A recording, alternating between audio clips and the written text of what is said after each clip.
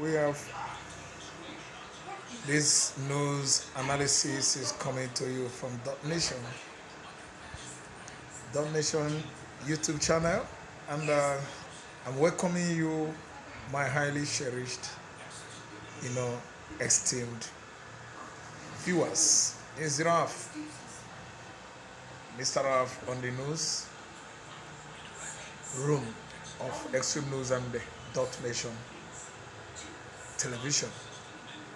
So our dear brother that was just thrown into jail some 36 hours ago in faraway Finland, Simon has received the grant, plea to appeal this kind of, cruel judgment. The Finnish government has actually, made it possible for EKPA to at least unanimously join head together with his legal team to appeal the 6-year jail tenure. EKPA was falling back in defense against Fulani Janjaweeds and Nigerian security agencies, operation in the southeastern Nigeria.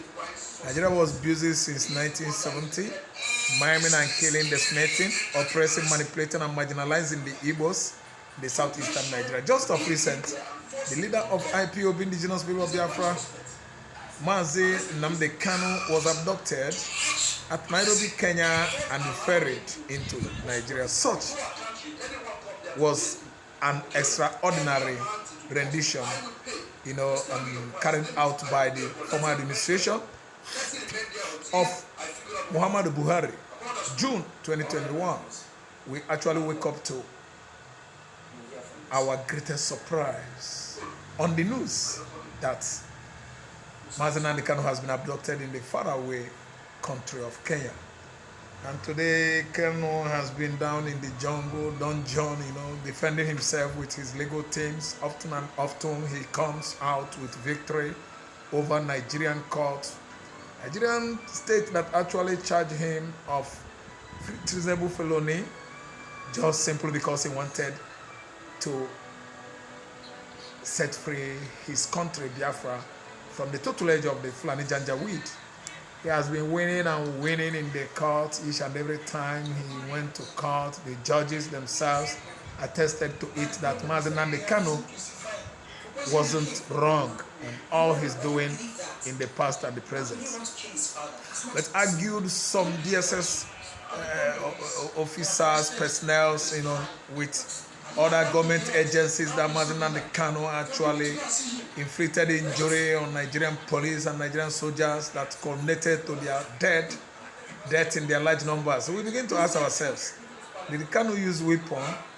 Kanu was just making a statement, and all his statements are within the umbrella or venue of, agitation for sovereign state of Biafra. It shouldn't be tagged treasonable felony.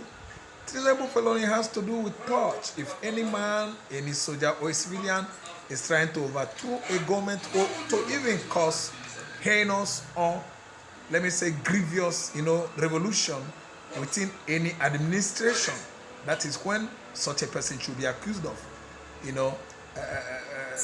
treasonable felony. When someone is agitating for his self-determination, that he is tired of a very particular contraption they find themselves, like what is going on in Nigerian states today. The southeastern Nigeria has been manipulated, marginalized, and persecuted, both in the past and the present. And that is why Mazi Nnamdi Kanu internationally has been recognized and awarded the most peaceful agitator in the world. The Nigerian state, due to the fact that they behave like zoo in this part of the world, they accuse him of treasonable felony simply because he knows how to express his rights. They have taken him to court the first time, the second time, the third time, the fourth time. They actually kept him there, taking an excuse to be, to go on leave. That is Justice James Omotosho from southwestern Nigeria has not actually been able to imprison Mazi Nnamdi Kanu.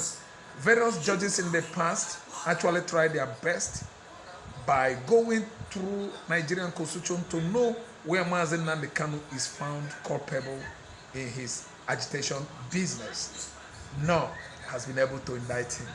So what we are saying now is why? What is it that Kanu has done that warranted Kanu's, being, among the people that caused or committed treasonable felony in Nigeria in the past and the present? Kanu is somebody that is, doing his normal business of agitation. That's why he has the boldness to be telling the whole world that Nigeria is not worth being a nation because of Nigeria government failure to secure his people, to overcome hunger, at least to come out with good governance and competent, democracy to give healthy, law, rules and regulation to Nigerians. And the Kanu is on the winning side since inception of his case 10 years ago. That's why Binta Nyako was disgraced out. And after this disgracing Binta Nyako had to run. He ran for 40 because he could not defend herself. But Mazen Kanu often and often in the courtroom has been telling Binta Nyako, defend yourself, Binta. Rescue yourself. You are derailing. You are getting it wrong. You cannot jail me. Rather, I will jail you. If you ask me, I am not a terrorist, but you, Binta Nyako, you are a terrorist. So what am I saying here? It is within the umbrella of international jurisprudence and local jurisprudence, which is an ideology of law that everybody, any person, man or woman, in any country has right to agitate for self-determination or realization. Mazen Kanu has actually come out with international law and history with many references, countries that actually fought what Mazen Kanu is presently fighting for. He cited the example of Finland. The Finnish government that actually jailed EKPA was agitating for self-determination in the 1950s, and eventually they succeeded in 1956, just 4 years before Nigerian independence, and they got liberation or independence from the former USSR and emerged an independent sovereign state. Today, Finland is joining forces with corrupt and illegitimate government of Bola Ahmed Tinubu to jail Mazen Simon Ekpa, who actually was agitating for sovereign state of Biafra. And I'm telling you this time around that there is no way the young man has gotten it wrong. Nowhere. Within the umbrella of international law, Mazen Simon Ekpa has not contravened any law against Nigeria constitution. They actually searched and found out that Ekpa has not committed any crime. After all, there are people that are committing all these criminalities in the southeastern Nigeria: the hoodlums, the cultists, the armed robbers, the Fulani headers, the killer cattle rearers that have been decimating, unaliving, and disaliving various farmers that are cultivating in their various farmland in the southeastern Nigeria are the one actually orchestrating bloody criminalities in the southeastern Nigeria. Why then do Nigerian nation, accuse Simon Ekpa and Mazen Kanu of inciting terrorism in the southeastern Nigeria? Ekpa is free. Ekpa should be freed. Ekpa has not committed any crime whatsoever in his attempt to actually liberate the Igbos. What are we saying? Mazen Simon Ekpa is right in all his doings because the Fulani Janjaweeds are abusing, hunting down Igbos in their various communities, localities, and urbanities in the southeastern Nigeria, kidnapping the Igbos, maiming and killing. And the Southern of Sokoto, in Sokoto, there have actually seen it. International observers, they have actually read and watched on social media how many Igbos that have been killing were killed in the last 3-4 months in Imo State, Anambra State, Enugu State, Ebonyi State, where the Fulanis are operating in the whole southeastern forests with impunity. Has federal government been able to apprehend even one out of these killer headers from Mali, as claimed by Nigerian government that the Fulanis that are killing across Nigerian farmlands are foreign Fulanis? Why should you give such excuse to your hapless citizens? That a man from Mali rearing his animals in the bush from Timbuktu forest to Adamawa Highlands and Cameroon Forest. From Cameroon Forest, they came across from Cameroon Forest down to Yoruba Highlands and Yoruba Forest, where they have all pitched their tents, their pens, their tents, you know, wearing AK-49, AK-47 even, machine guns at innocent Yoruba farmers in Ondo Forest, in Oyo Forest, all over southwestern Nigeria. What ESCOs has Nigerian government to give the farmers in the southwest. Just the other day in Ondo State, they killed and maimed farmers, you know, to the tune of four farmers were gunned down, and these farmers were taking their dead bodies on wheelbarrow. They push their dead bodies to the Ondo State government house or secretariat to report to Ayetida, the governor of Ondo State. Actually confirmed what I'm just, you know, giving out as analysis right now.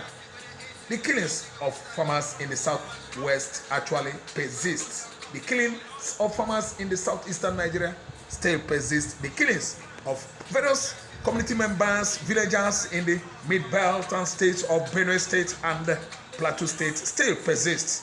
And the Southern Oscote is not doing anything because the killers of these community people in the mid-belt are his kinsmen, the Fulani Janjawis. The Fulani killers are the Katurianas who wander from Futajelo Highland, Senegambia, to all over economic. Yeah, our brother Simon EKPA has been at least going through this hell. And Nigerian nation, they are just very happy that EKPA was apprehended in the faraway Finland after declaration of BIAFRA last year, November. EKPA was incarcerated right from May till date. I'm telling you, EKPA has overdue for release. And this Finnish government, I think they have killed sleep, because EKPA has gotten permission to sue Finnish government to ICC. His legal teams is not agreeing with what Finnish government has done to the innocent Igbo man. In fact, he has been given the authority to sue, to at least appeal this judgment. And again, he has the impetus at least to go to the level of, you know, International Criminal Court, because Finland, in conjunction with Nigeria, has violated Mazi Nnamdi Kanu and the Simon EKPA too. I don't know why the Igbos are universally hated in Nigeria. Is Simon EKPA the cause of the fact that a bag of beans is sold 60-something thousand in Nigeria? Is Simon EKPA the cause of rice being sold almost 150-something thousand naira? Is Simon EKPA reasons behind Nigeria not overcoming hunger since inception of Nigeria independence? Okay, Simon EKPA is the one that is siphoning our money. Now the subsidy that has been removed, where is the money? The excess crude, the subsidy removal amount. Where is the money realized from the subsidy? I think that Nigerian government will have no role to play with Finland this time around. The earlier the better. The earlier they remove their hands or get off their attention where Mazi Nnamdi Kanu and Simon EKPA are, the earlier the better. Because now Biafra nation is gaining momentum and the international recognition of Biafra is on alarming rate. It is increasing on alarming rates. I think I should stop here. When I come again, maybe tomorrow, we are going to discuss more. You're welcome, viewers. Thank you so much. Share, like, help me share this video, like it. Come down to the comment section. Let's discuss. Thank you so much for watching. I love you all.